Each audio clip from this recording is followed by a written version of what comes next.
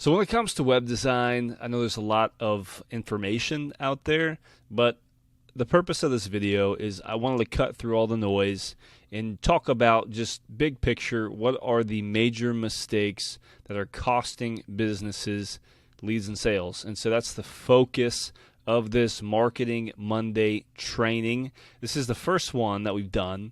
And so if you have not yet subscribed to this channel, you can do that. But and I'd appreciate it, of course.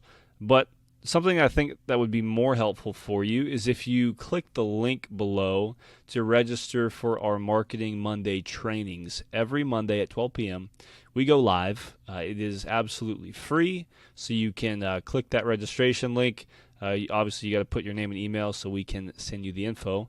But you can join us live there. We do a Q&A session as well, so you might be selected to ask a question during our Q&A time at the end, and would love to have you there live and in person. Of course, being being a member of Marketing Monday also gives you access to updates, a lot of free content and information that we put out there, resources, all that fun stuff. So I think it will benefit you and be a big help. So you can click that link below, check it out.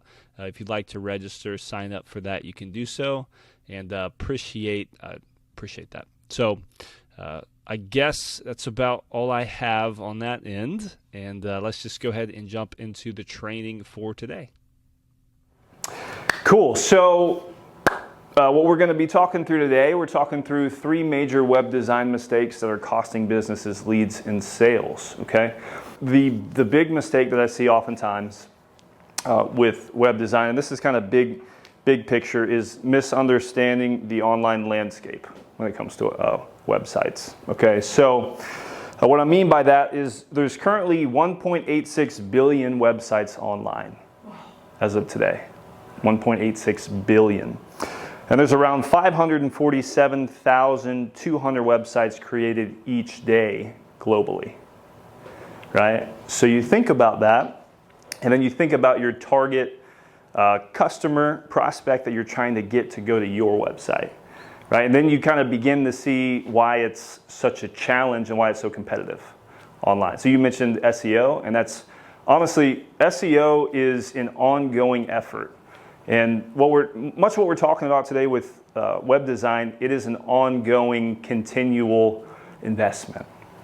So with many clients that I've worked with in the past, especially on web design projects, they kind of have this idea that it's like a one-time thing. Like, okay, I'm going to get the website set up, and then that's it, and I'm good. And the reality is that's not actually the case if you want your website to be an asset for your business. Actually generate leads and sales is going to take a lot more effort and investment in that end. So kind of the belief, you guys have probably heard, if you build it, they will come. And that doesn't really apply here with websites, unfortunately. Now, it used to be back in the day, if you had a website, and this is going back decades, you were like the who's who, because that was it. There wasn't as many, right? It wasn't as competitive. Of course, that changes. So this uninformed optimism that I'm talking about when it comes to websites online, I remember for me personally, when I got started in kind of this entrepreneurship phase, I started a podcast, and it revolved around habit formation. So I built a website, and it was how to create good habits in your life, right? So I had this podcast. I did 6 shows a week, which was a lot. So I produced the content. I had guests on the show, edited, published each week. And what I learned pretty quickly was just creating content isn't really enough. So you have to learn how to market your content. So then I went into marketing, and here I am, right? So, but that was years ago. And unfortunately, I think sometimes the misconception around content, even content online on our websites, is just putting it up is enough. And unfortunately today, because it is so competitive, we have to do more to get people to see it. So this quote is by a guy named Neil Patel. So he's big in the SEO world. He talks about a lot in relation to that, web design, all that kind of stuff. And this quote that he has, I think, is pretty good. It says, "Don't try to plan everything out to the very last detail. I'm a big believer in just getting it out there, create a minimal viable product or website, launch it, and get feedback." And so when it comes to web design, I know for many clients, when I'm working through the process of building them a website, they want to get everything just right before we ever launch and publish it. And I see a lot of entrepreneurs that are starting out have this problem where they want to get everything dialed in just right. But the reality is it's going to change over time anyways, so you might as well just launch it, get it out there, have something up, and then continue to improve it. Because again, the mindset shift needs to be, a website isn't a one-time project I'm going to put up there and then forget about. It's something I'm going to continually improve, right? And so I think the takeaway here is, again, your website is not a project to complete. It is an asset to build and invest in. Now, depending on your business, there's really two different primary focuses of business development. So there is equity, if you're building a business for equity and long-term valuation as an asset, or if you're building it for cash flow. Now, obviously, businesses can provide both, but if you want a business that eventually you're going to build to the point where you can sell it, having like building for equity, building and investing in your business in this way can make your business worth more whenever you actually go to exit and sell. So I think kind of the challenge, and this is kind of like homework. So as we go through each of these, we'll have a little bit of homework that you guys can work on. This is like the next step, what you can do throughout this week. And so the question is, what is one aspect of my website I can invest in this week? And so this could look many different ways. It could be, if you're designing a website, it could be, okay, what's some content that I want to put on there, media, photo assets, videos, stuff like that I need to include. Maybe it's, if I don't have a lead magnet, it's creating that. And we'll talk more about that a little bit later as far as what that is, the purpose of that.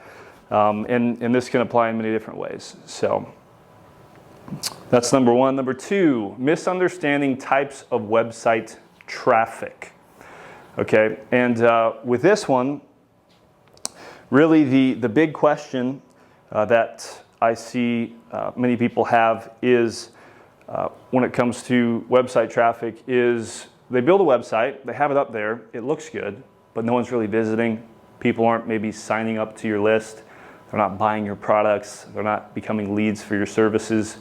And then a lot of people get kind of disillusioned, frustrated to the point where they're like, this whole internet thing just doesn't work.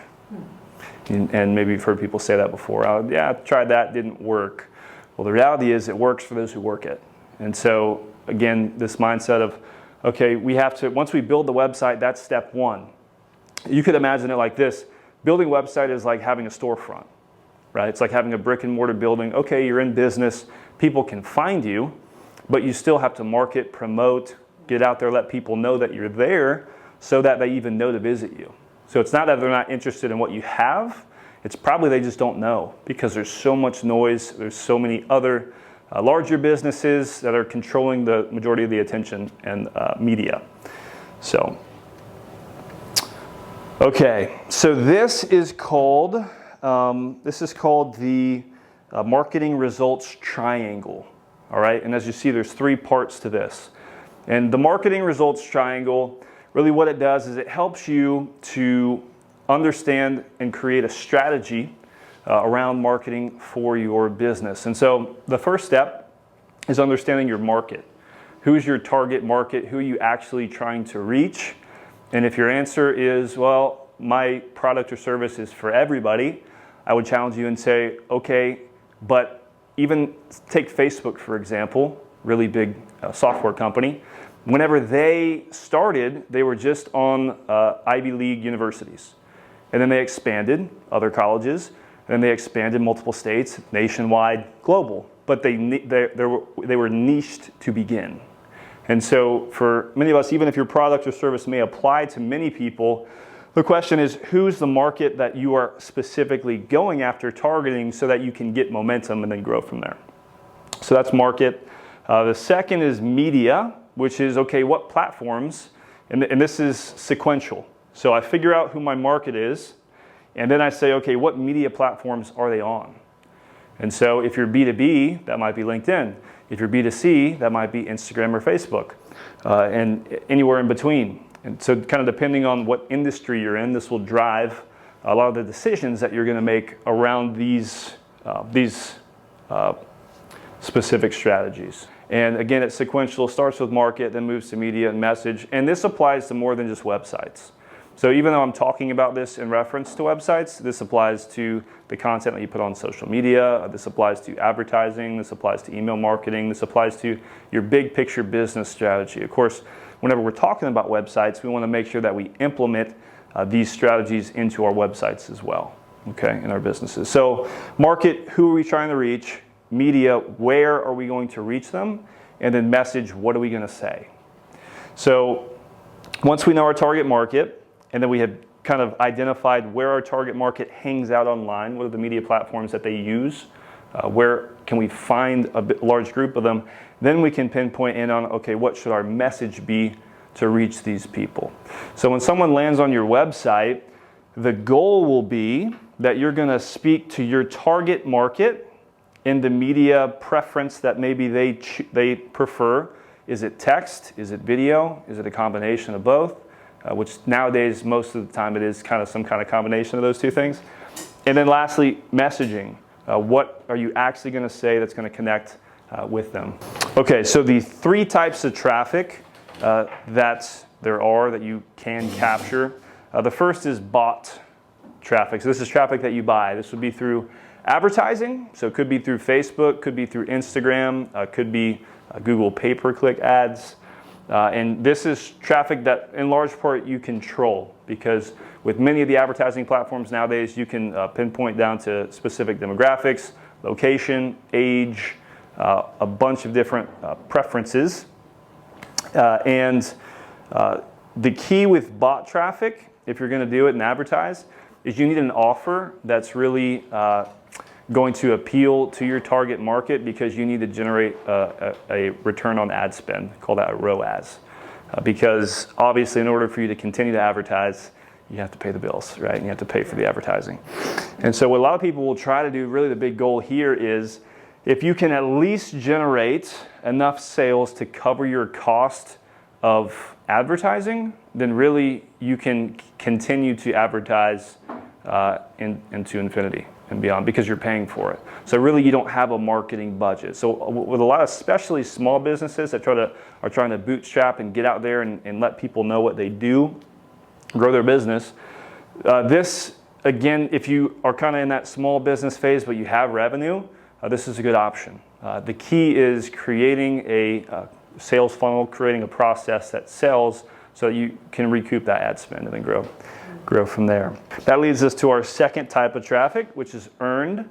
And if you're a small business, maybe you're just, like you mentioned, you're focused locally, or the kind of business industry that you're in just kind of gears itself more towards a local audience. And maybe your budget isn't as large as you would be comfortable to take on bot media, then earned is another good option. Now with earned media, this is traffic that you earn through collaborations, through affiliates, through partnerships. Really, there's a lot of creativity in earned media because this is something you have to work for, so it's not just a given. So there is an expense, right? This is money, this is time. And so we're always kind of, as entrepreneurs, we're calculating what makes the most sense for us with where we're at in our business to grow and choose the best strategy for us.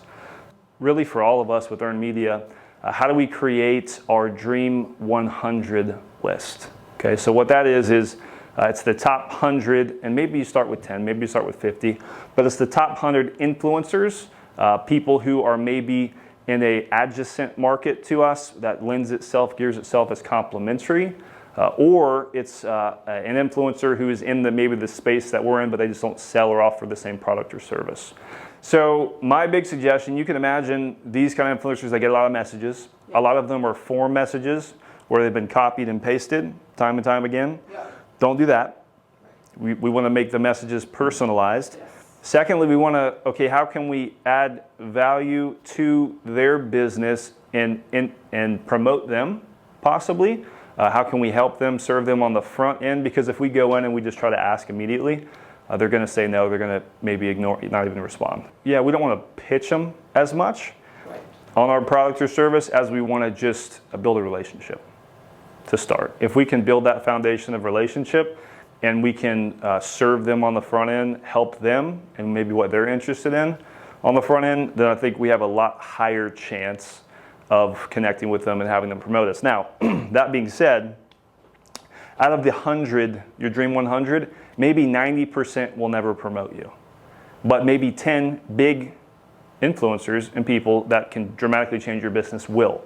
So the key with that is, if you have one influencer who you're not being able to connect with, move on to the next one. So the key with that is, it's kind of like a shotgun approach. We're not just trying to snipe on this one influencer who's not responding to my messages and just never, they don't seem to want to work with me. That's okay. Let's move on. You want to research and know your Dream 100 to a T. So you want to know if they've written books, if they have what they talk about, content, previous posts they've done, what they love, and connect with them on that level. So it might just be, I'll use Sally's name as an example. Hey Sally, I really love everything that you do here with, I don't know what her brand is called or anything, but really appreciate everything that you do here. It's helped me in these ways. Thank you so much.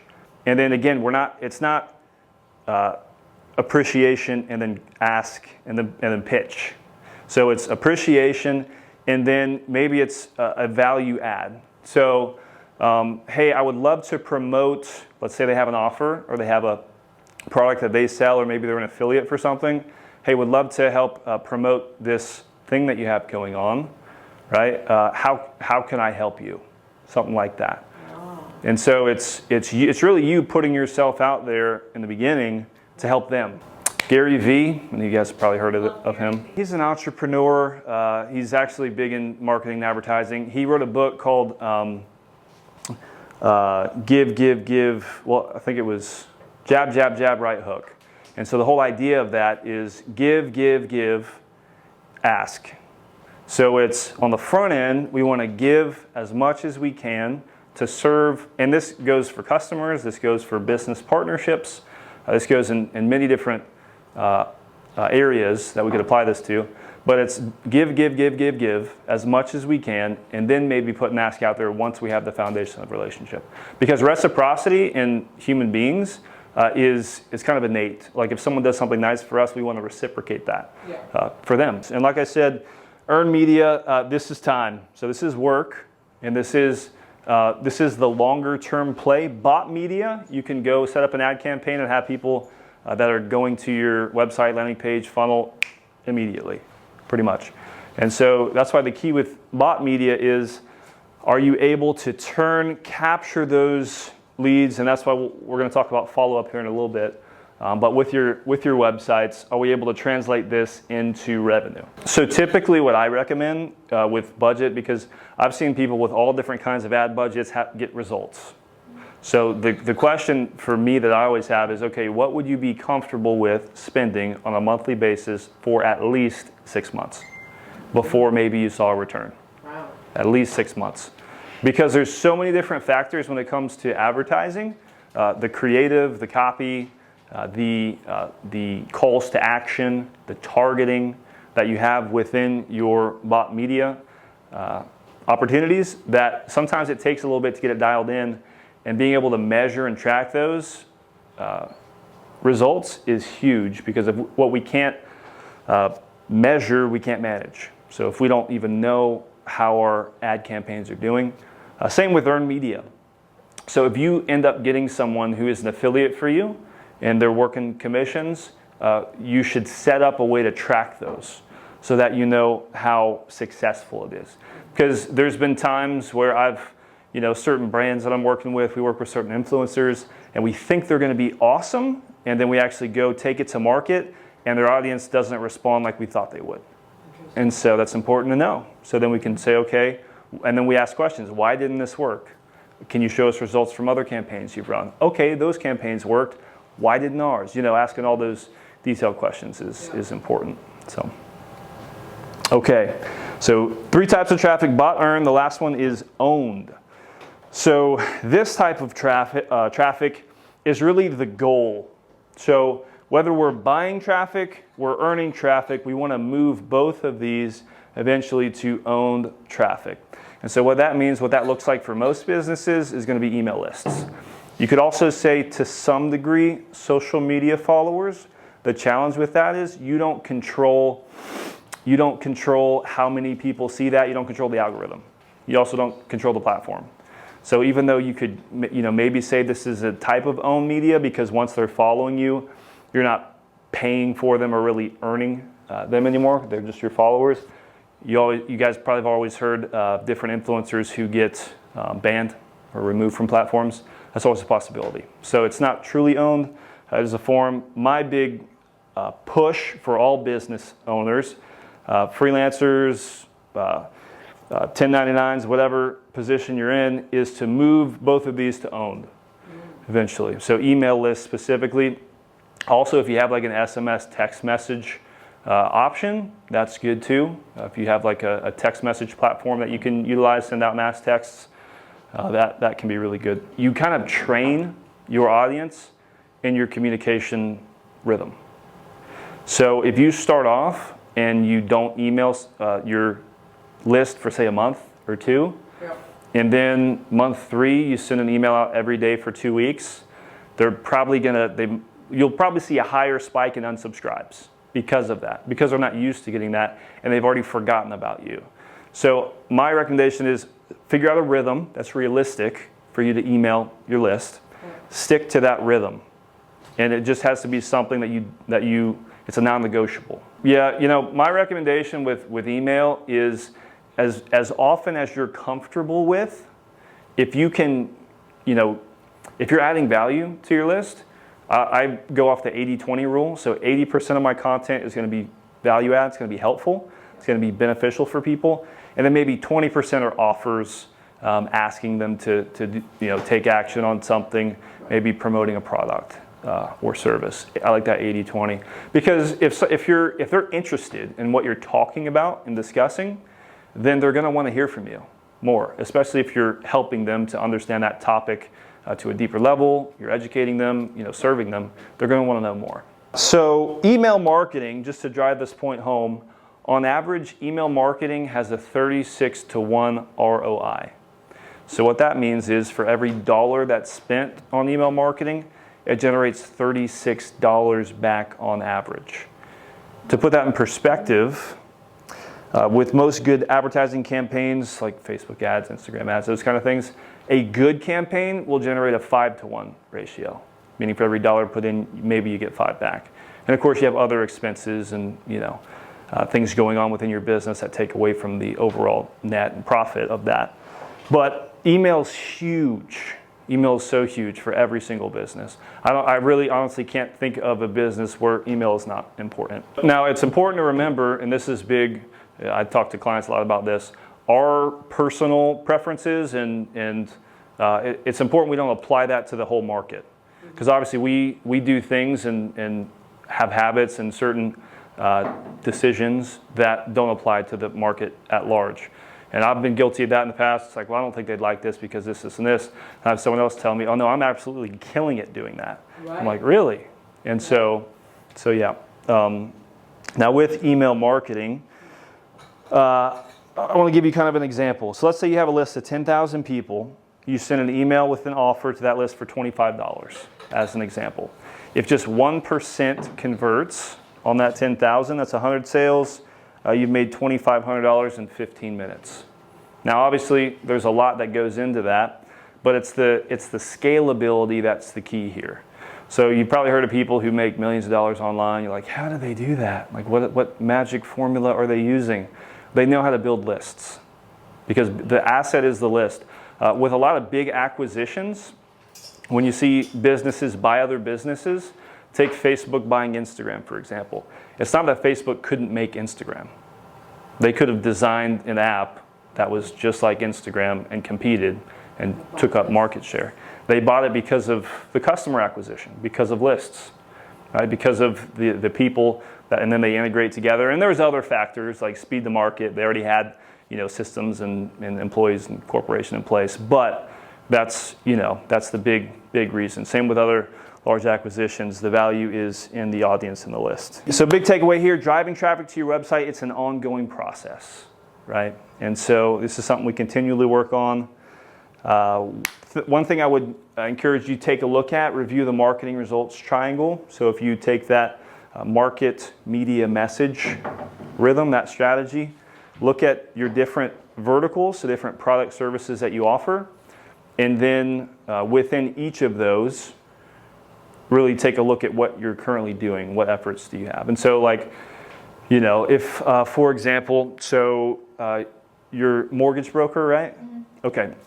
So that's your market is new home buyers, right? Okay. And I don't know if there's a specific segment of that market you go for, but we'll just keep it general for that. So that's the market. The media, be taking these concepts, applying them to social.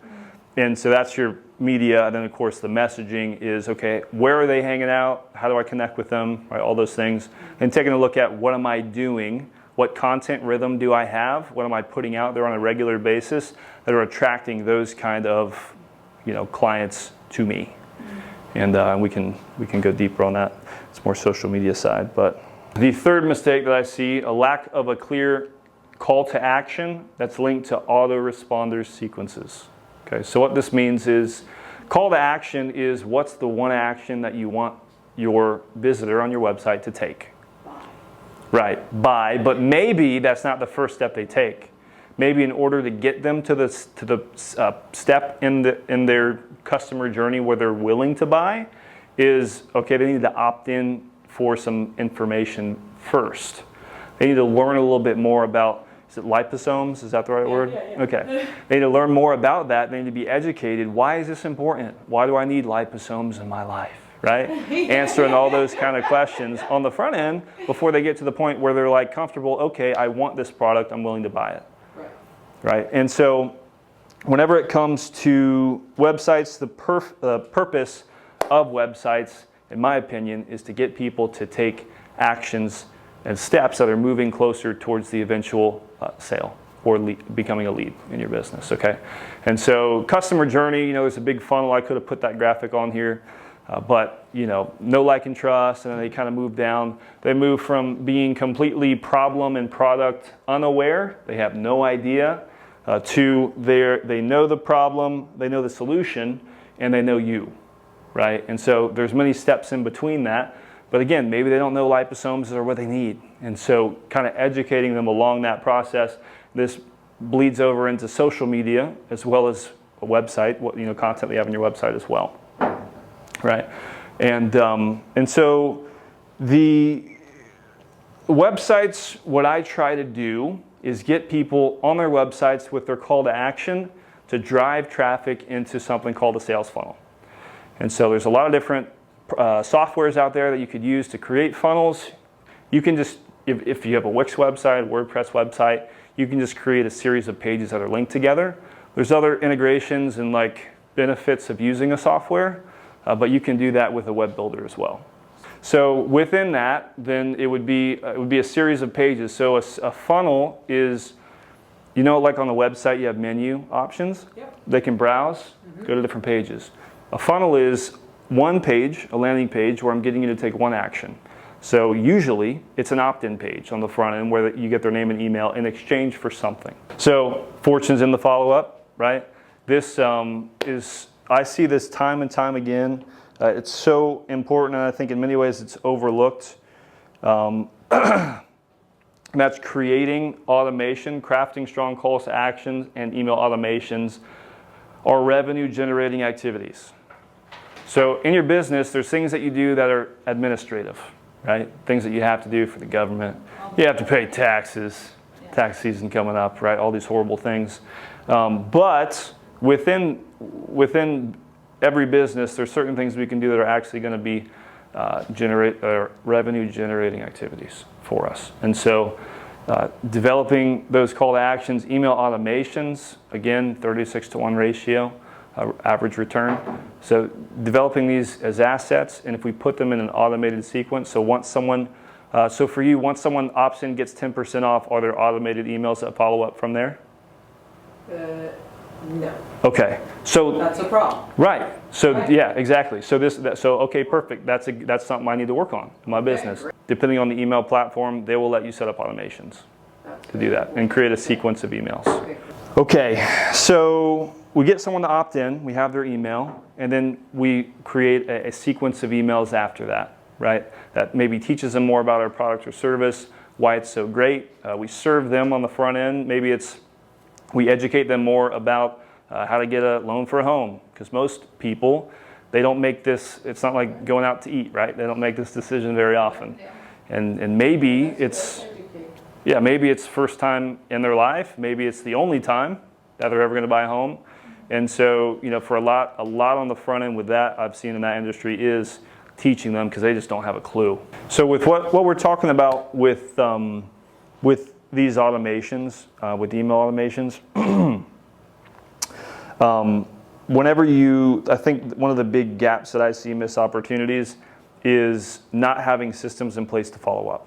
So like we just talked about, another big one, if you're e-commerce or you have maybe a digital product online that you sell, is setting up an abandoned cart sequence. So which Shopify, I think, has the ability to do that. Yeah, so you have that set up? Yeah, perfect. So that's awesome. So those things, and I've seen those, they can literally double the amount of sales. Yeah, because most people, with each of these actions that we were talking about, getting people to actually opt in, moving them from just opting in for our free thing to making purchases, the majority are going to say no. And we know that, and that's okay. That's why driving traffic is so important, because only a small percentage are actually going to buy. And so knowing that, then the key is in the follow-up. And so the stat that I've heard is when it comes to follow-up, sales professionals, 95% of sales happen within the 6th follow-up. But 44% of sales professionals give up after the first attempt. So understanding that, majority of people are going to give up after the first try. But 95% of the sales don't happen, the majority of sales don't happen until that 6th attempt occurs. And so understanding, okay, in order for me to be successful in business and get the most out of the traffic that I'm buying, earning, or own, I have to have a good follow-up sequence set in place. Awesome. So the takeaway challenge, revisit your website's call to actions and set up and then refine your email automations. Or maybe create them if you don't already have them. Even if you don't have a website, you can still set up a landing page, Linktree it, or just have the link in your social media bio, drive people to that page, get their email, and follow up. So even if you don't have a website, this can still apply, right? You can still use the traffic that you get on your social media platforms to go to a landing page and get their email, because again, email is owned traffic, right? It's an asset that you can use time and time again. If tomorrow, Instagram dies and TikTok takes over as the new, king of social, if I only have my entire audience and platform built on Instagram, I'm in trouble. Yeah. But if I own emails, I'm okay. I can say, hey guys, here's my new TikTok account, go follow me. Right? Because I can communicate with them. If I ever get banned, have issues on certain platforms, I have my emails, right, regardless. Thanks so much for watching. Like I mentioned, every Monday, 12 p.m., we're going to be going live. You can click that link in the description below, the Marketing Monday registration. Join us every Monday at noon. We'll upload some of the video content recordings from that, but you'll miss out on the Q&A. And so, I think you should subscribe. I'm a little biased, but I think you should hit the subscribe button, register for the Marketing Monday trainings, and listen, it's absolutely free. What do you have to lose, right? One big thing, I'll close out with this. If you have topics that you would like to learn about, want me to kind of address in terms of marketing, digital marketing, even some traditional marketing. I have some experience with that as well. So send me all your topics. You can email me at info@bakermedia.com. Happy to connect with you that way. And who knows, maybe the topic that you send in will be a training for one of our next Marketing Mondays. So I hope you have a great week. Go and apply these things and kill it in your business. We'll see you next time.